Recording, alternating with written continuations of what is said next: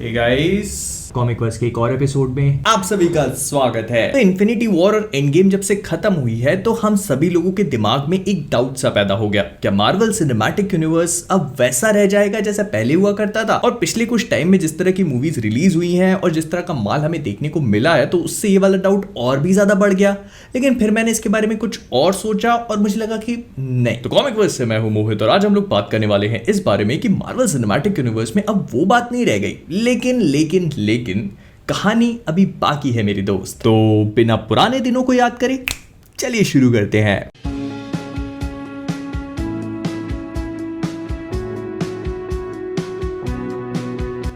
Okay, तो I know कि आप सब लोग ये बात तो ऑलरेडी जानते हैं कि मार्वल का जो सिनेमैटिक यूनिवर्स है वो अलग अलग फेजेस में काम करता है, जिसमें से फेज 1 में iron man 1, iron man 2, incredible Hulk, Thor 1, captain America 1 और एवेंजर्स जैसी मूवीज आई थी। अब अगर मैं फेज 1 से शुरू करूं तो मार्वल के फेज 1 में उनकी दो ही मूवीज ऐसी थी जो सक्सेसफुल निकली। सबसे पहली तो आयरन मैन 1 और इस फेज की लास्ट मूवी मतलब एवेंजर्स। उसके बीच में आने वाली जितनी भी मूवीज थी जैसे कि थॉर 1, कैप्टन अमेरिका 1, यहां तक कि आयरन मैन 2 भी इतनी ज्यादा पॉपुलर नहीं हुई थी और उस टाइम तक लोगों को ऐसा लगता था कि मार्वल वाले बस इन सबको मिला करके एक एवेंजर्स मूवी बनाएंगे और कहानी वहां पर खत्म हो जाएगी।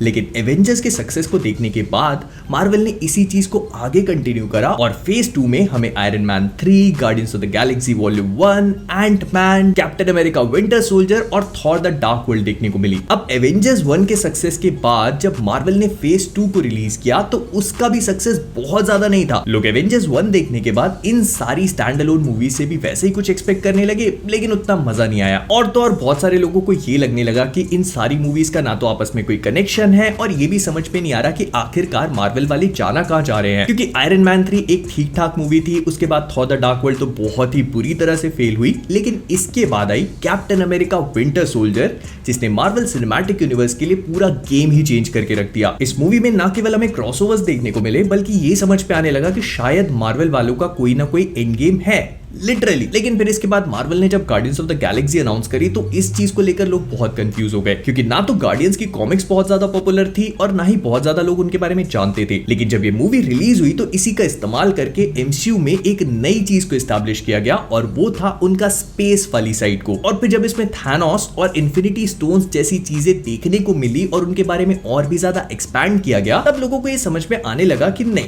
कुछ तो बड़ा लोचा चल रहा है। और फिर इसके बाद सैन डिएगो कॉमिक कॉन में मार्वल के अन्नदाता केविन फाइगी साहब ने फाइनली इसके फेज 3 की स्लेट को रिलीज किया, जिसे देखकर लोगों के तोते उड़ गए कि ना केवल इसमें कैप्टन अमेरिका सिविल वॉर जैसी मूवी थी बल्कि ये फेज एंड होने वाला था एवेंजर्स इन्फिनिटी वॉर पार्ट 1 और पार्ट 2 से, जो आगे जाकर इन्फिनिटी वॉर और एंड गेम बन गई। और फिर इसके बाद जो मार्वल की हाइप बनना शुरू हुई थी वो सब लोग जानते हैं। हर एक मूवी से दूसरी मूवी को कनेक्ट करना, वहां से इन्फिनिटी स्टोन का यहां यूज होना और फिर ऐसा लगने लगा मानो ये सारी की सारी मूवीज इंटरकनेक्टेड है। जब इन्फिनिटी वॉर हम सब लोगों ने देखी तो हमें रियलाइज हुआ कि आयरन मैन 3 और आयरन मैन 2 भी वेस्टेज नहीं थी, क्योंकि उसमें टोनी स्टार्क का ट्रॉमा अचानक ही यहां पर मेक सेंस करने लगा। और इसी वजह से जब आज आप पुरानी मूवीज देखते हो मार्वल की तो आपको सब कुछ कनेक्टेड लगता है। और इसीलिए जब एवेंजर्स एंड गेम खत्म हुई तो बहुत सारे लोगों को ये लगने लगा कि शायद अब मार्वल में वो बात नहीं रह जाएगी, क्योंकि बहुत सारे सुपर हीरोज रिटायर हो गए थे। हमारे टोनी दादा की तो ही हो गई फिर। और फिर जब फेज 4 की स्लेट रिवील करी गई तो वो इतनी ज्यादा एक्साइटिंग भी नहीं थी, क्योंकि इसकी सबसे पहली मूवी ब्लैक विडो थी। फिर उसके बाद कुछ नए सुपर हीरोज जैसे कि शैंग-ची और इटर्नल, जिनके बारे में किसी ने सुना भी नहीं। और हालांकि शैंग-ची एक बहुत ही ज्यादा बेहतरीन मूवी थी एंड मेरे लिए पर्सनली फेज 4 की सबसे बेस्ट हाईलाइट,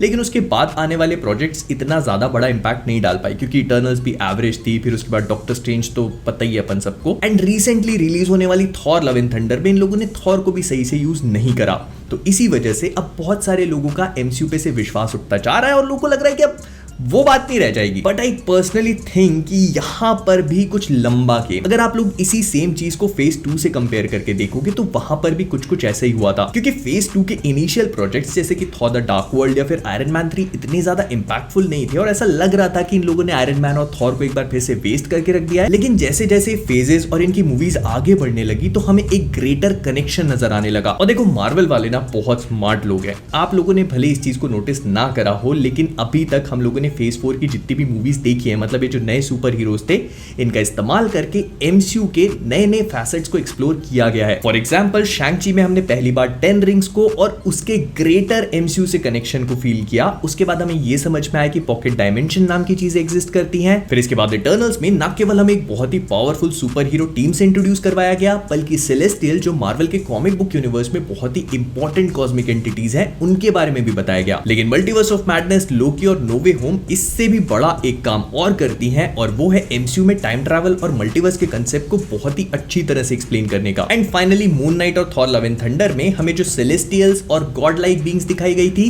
उनको थोड़ा सा और अच्छे से एक्सप्लोर करा गया। मतलब एक बार सोच के देखो कि फेज 4 अभी सिर्फ अपनी मिडिल स्टेजेस में है, और इससे ऑलरेडी हमें 3 बहुत ही इंपॉर्टेंट चीजें पता लग चुकी हैं जो अभी तक हमने एमसीयू में नहीं देखी थी। पहली है गॉड्स और कॉस्मिक एंटिटीज, दूसरा है टाइम ट्रैवल, और तीसरा और सबसे इंपॉर्टेंट है मल्टीवर्स। लेकिन इसके साथ ही साथ एमसीयू के फेज 4 के जितनी भी मूवीज अभी तक आई हैं, इन्होंने बहुत सारे और भी नए नए कैरेक्टर्स को इंट्रोड्यूस करवा दिया है। और अभी तो हमें ब्लैक पैंथर वकांडा फॉरएवर देखना बाकी है, जिसमें और भी नए कैरेक्टर्स आएंगे। एंट-मैन 3 क्वांटमेनिया, जिसमें मल्टीवर्स वाला एंगल एक्सप्लोर होगा। Guardians of the Galaxy volume 3, जो कि कॉस्मिक साइड को और भी ज्यादा एक्सपैंड करेगी एडम वॉरलॉक के साथ में। फिर इसके बाद द मार्वल्स आएगी, जो भगवान जाने क्या करेगी।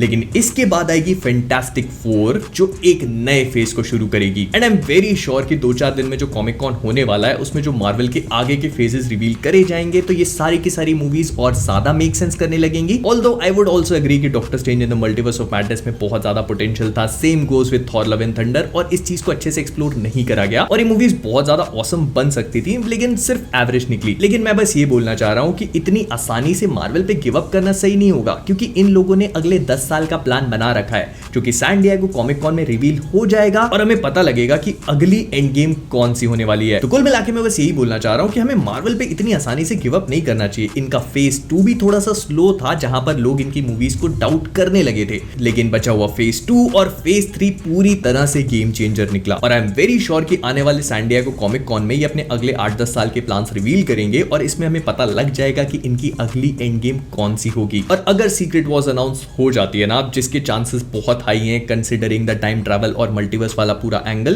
तो trust me, you guys are not ready. और वैसे भी अभी फेज 4 आधा पड़ा हुआ है, तो हमें बहुत जल्दी चीजों को जज नहीं करना चाहिए। मैं मानता हूं कि अभी तक जो प्रोजेक्ट्स हमने देखे वो सब पार थे, लेकिन फिर भी हम लोग कॉमिक बुक्स और सुपर हीरो फैंस हैं। होपफुल रहना अपने खून में होना चाहिए। विद दैट बीइंग सेड, हम लोग इस वीडियो को यहीं पर रैप अप करेंगे। अगर आपको पसंद आया तो लाइक कर देना, शेयर कर देना। तो जाने से पहले कॉमिक वर्स से मैं हूं मोहित, और आप सभी लोग एज ऑलवेज कीपिंग ऑसम।